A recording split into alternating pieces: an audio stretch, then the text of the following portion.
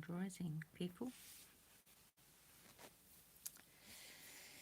It is, it's about 6:30, I think. Oh, no, it's not. It's 10 to 7. So, this morning, I've had this thing knocking around in my head for a little while. These things do have to knock around in my brain for a little while before I choose to get them out. So the question that's been knocking around in my brain is, what's the alternative? So what do I mean by that? Because it works on all levels. But I suppose the biggest one is how you see the world. What's the alternative to the Ningbu, as we call it? Ningbu. There's actually a truck. So when we use the A206 for divination, there's actually a truck. It's got Ningbu on the side. Some people call it muggles. So the alternative to Ningbu is, I think it's an interesting question. What's the alternative to following everybody else? So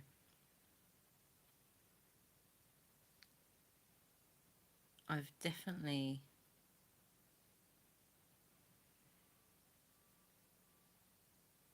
even when I was following, doing what other people were doing,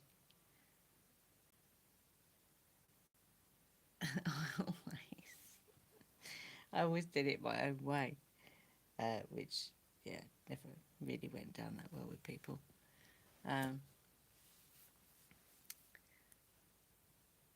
So I suppose fully embracing that idea of the alternative has been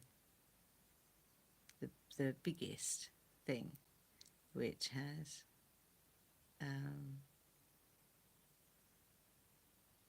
allowed me to be me. Yeah. So what's the alternative? What's the alternative to all those questions that we have? Who are we? Where have we been? Where are we going? Why are we here? All those questions, those fundamental questions. And over the years, we've actually got answers to those questions. And one of the main things that we have in our toolbox is this idea that everything is magic. Thank you. A confirmation over there. That came from my altar.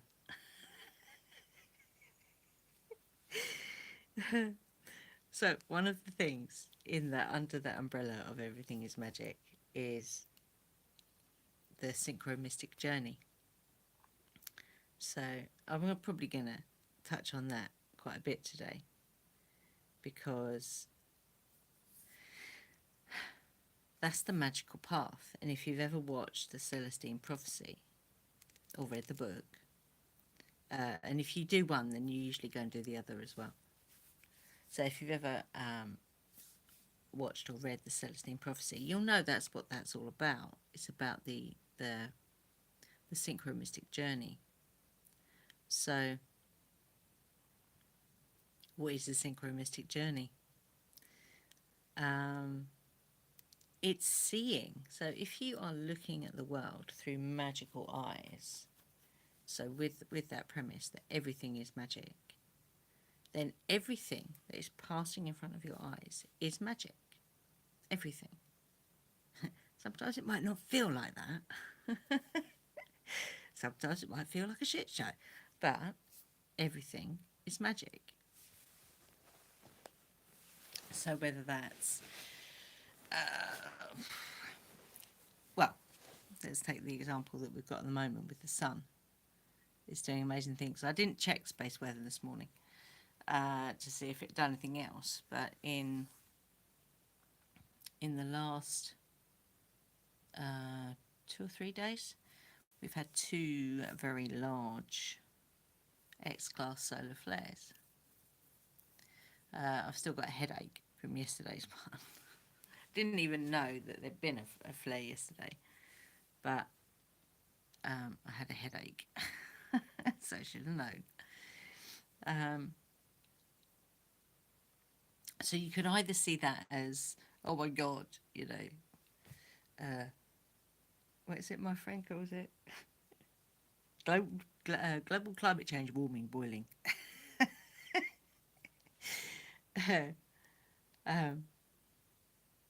Something like that.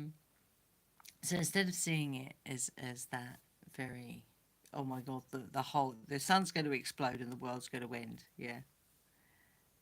Why not see it as, you know, flip it and view it as something that is actually quite phenomenal, that we are here now witnessing the sun going through an evolution, and that includes us. It includes the planet, it includes nature, all of that stuff. So if you choose to see it in an alternative way, then it changes your experience of reality. It does. So that's the whole idea, I suppose, of in occult work, of flipping things so that you get a different perspective and you have a different perception. So for me, perspective and perception are very subtly different. So when you flip your perspective of the thing you are experiencing, then you get a very different experience. And, you know, it's not always easy to do that, but it can be done. So the sun doing its thing at the moment is very much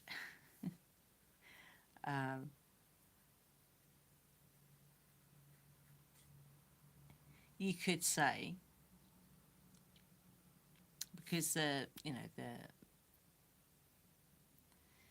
the idea that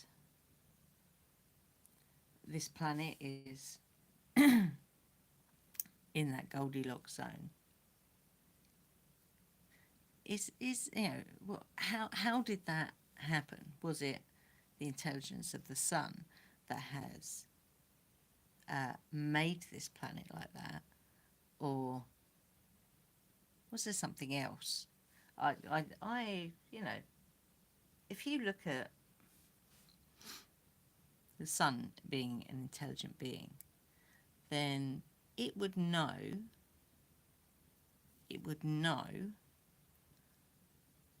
how much light to give off, all the things that it gives off that make life on this planet possible, yeah? It would know that. It would know when not to push too far, yeah? It would know that because it's an intelligent being. So what's really interesting about what's happening with the sun now is it knows. It knows that there is an imminent evolution, or you could say that it is actually spurring that evolution. Either way, it's good. So it knows how much information, if you want to call it that, downloads, whatever you want to call it, yeah, to rain down on us, if you like, so that we then experience this expansion of consciousness and this evolution of the beings on this planet. So it's not just us, you know, we're not that fucking important. It's everything. It's the whole planet. In fact, some people would say it's the whole universe that is going through this process. I don't know, because although I'm out there, I'm not out there. Get my drift. Because obviously we are in space, travelling around on a planet in the middle of nowhere. So, that's the flipping, yeah. So if you take that into all, not even other, all areas of your experience of this realm, yeah, how can you put that template onto everything else? So I'm going to ask the question again, what's the alternative? So if there is something in your experience which you are not enjoying, that is not bringing you any kind of joy or fun or laughter or any of those really cool things, yeah, then what's the alternative? What is the alternative to what you're experiencing? How can you flip it? So when Ian connected with the Hathors, one of the things, it's very cool actually, one of the things that they gave him as a tool is this idea of, so we choose is our choice is our superpower, yeah. So we can choose to go and play on the rides. It's like a fairground, if you like. So we can choose to go and play on those rides, but we can always come back. But we can choose, and whatever the ride is, yeah, if you're not enjoying it, you can choose to get off the ride. So the thing that they came up with was, you want to play? Let's play. I really like that. Here comes the doggy. Hello. And if you look at animals, yeah, it's like he's coming in, he's wagging his tail. Come on then, come say hello. Come on, come say hello. Turn the phone on. You can't see him. You can hear him. There he is, little woofy. Woofy pants. Good boy. He wants to lick my feet. I have to let him lick my feet, otherwise he paws at my feet until I give him my feet. And it hurts because he's got sharp claws. Come on then. So, pardon the woofy interlude.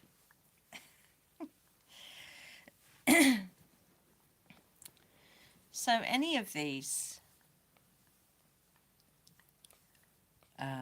things that we call experiences, I suppose, that you can have, you can choose to have. Or you can choose how you experience them by playing on the ride, by knowing that it's a ride, number one. Two, knowing that at any point you can get off the ride. And knowing, number three, that if you don't want to play on that ride, you do not have to play on that ride. You can, you know, give it a little bit of attention if it's something that has to be dealt with, I suppose. You can give it the least amount of attention that you need to, and then come back. Because as we all know, when you give something your attention, you're giving it your energy. So the more you can withdraw your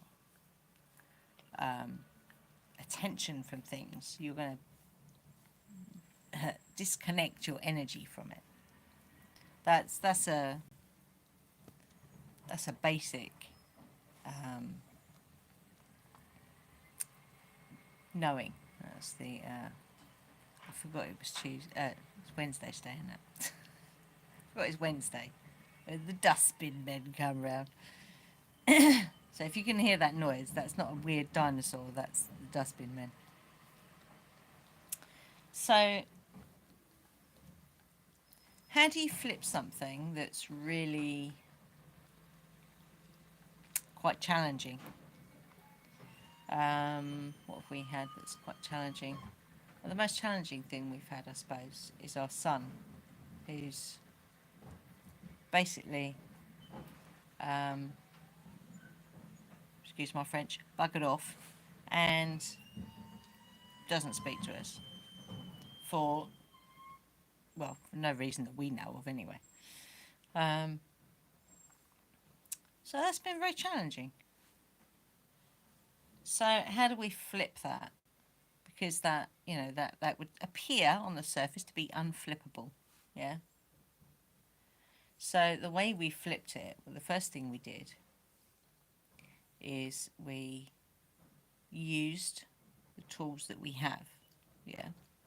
So amongst those tools are frequency, vibration and sound. So we took the opportunity to invest in some crystal singing bowls, which are amazing. And because they're tuned to 432 hertz, they bring a level of peace, calmness to your being, because they are tuned to 432 hertz, which is your natural frequency. So essentially what they do is they bring you back to center so that you can then function and respond in a way that is not under pressure, yeah? Which is what happened.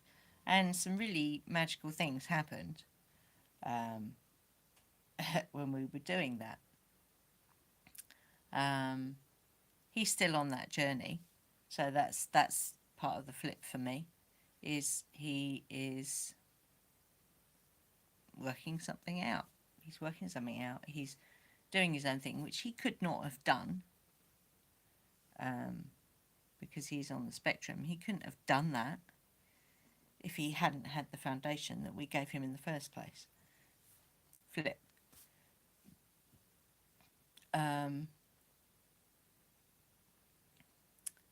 What's another flip on that one?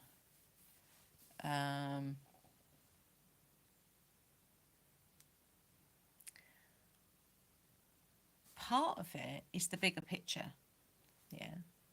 So if you can get a perspective on a situation that looks like it's unflippable, then there's a bigger picture there. It's not just the tiny detail, it's the bigger picture. So in the wider scheme of things,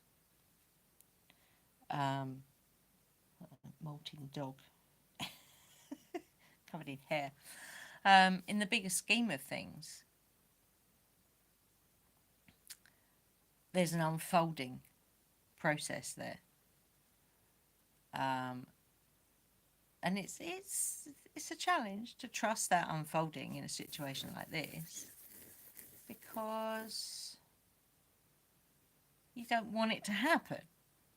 But in the bigger picture, there's obviously a reason why he's doing that.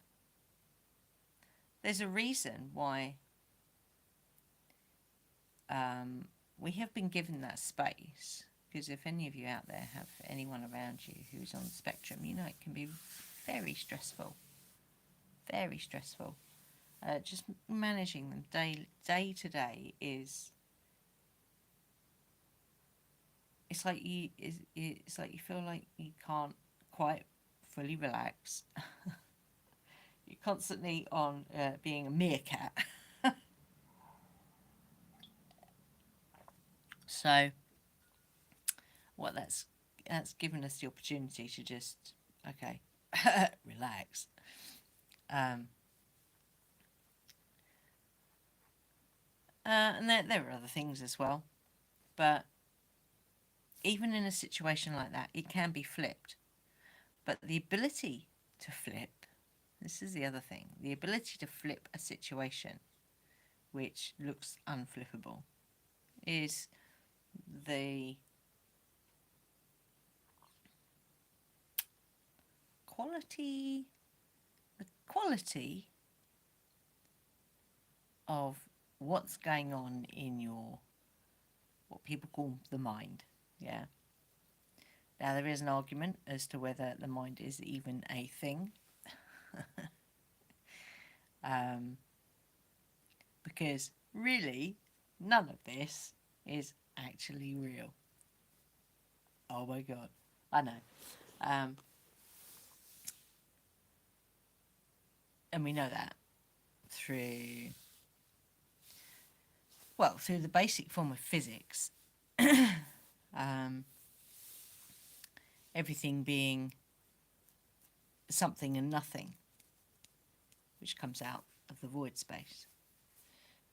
So the void is the nothing and the something is what comes out of the void space as an expression of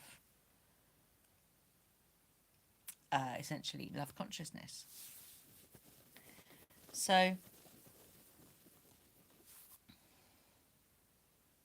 rewind. I've lost my thread.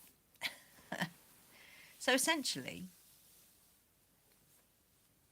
if something appears to be unflippable, ask yourself that question. What's the alternative? Because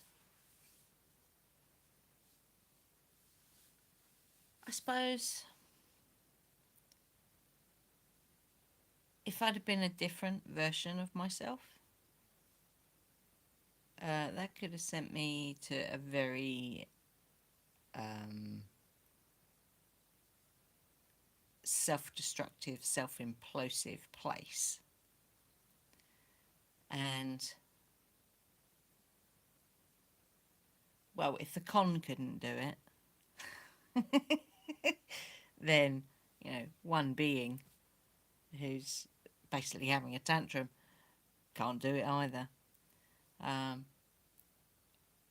So it's the strength of your being, you know, how resilient are you?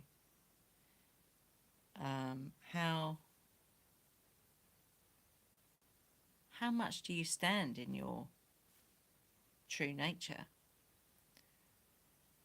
Because if you are standing in your true nature, in the true version of you, not the weird overlay that we are told that we are,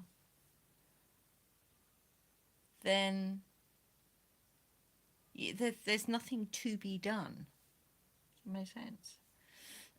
There's nothing to be done.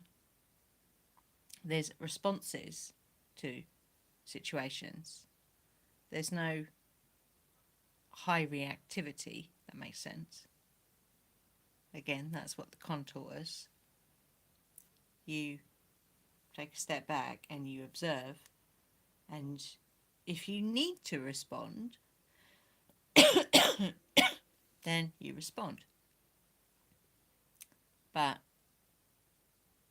if you don't need to respond, then why respond? Because that, again, that's giving your energy to something that maybe you actually don't want to do that. Because if you do that enough times, it's like you begin to be plugged into it, and then it's taking you along for the ride with it. Wherever that's going, you're going as well. Which is why.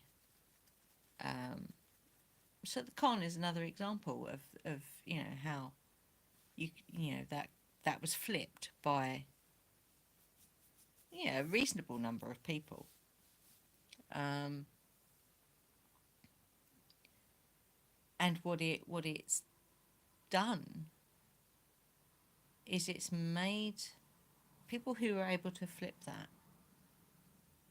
It was definitely a massive hierarchy, massive, because we now have the blueprint of how the remnants, as I call them, operate. They have a blueprint which is worn out, completely worn out. When it stamps, it's got bits missing, and it's not good at all. Woof to you two, not to you. I was talking to the dog. He wants his breakfast. He hasn't had his breakfast yet, bless him. So he's going to be hassling me now, so I'm going to wrap this up. So yeah, if you get a situation that is not something that you want to experience, ask yourself that question: what's the alternative? Yeah.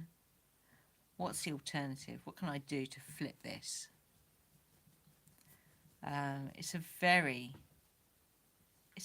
very valuable tool, and it's definitely one in our occult toolbox.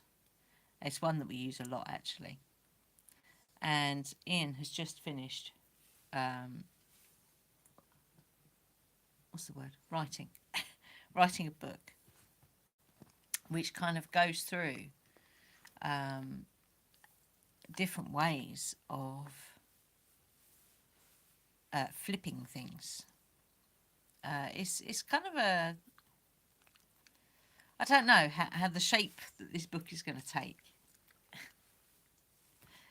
But I've just got to edit it and add my own bits in.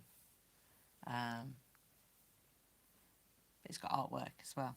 So that's going to be really nice. And it will actually provide a platform for discussion, which is the plan on that as well. So that be coming in the next few months, I imagine. These things are not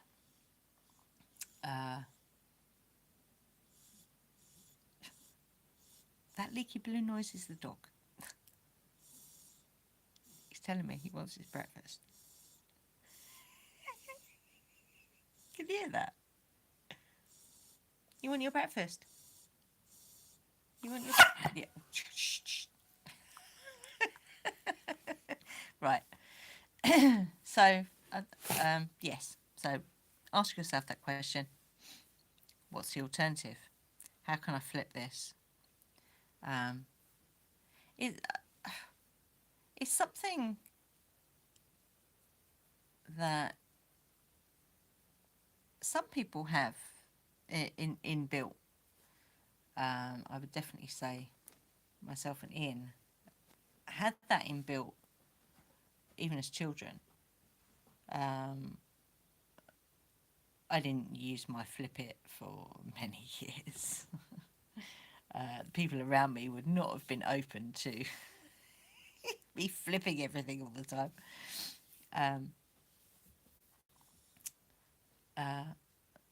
So, you know, but it is a practice. It's like anything.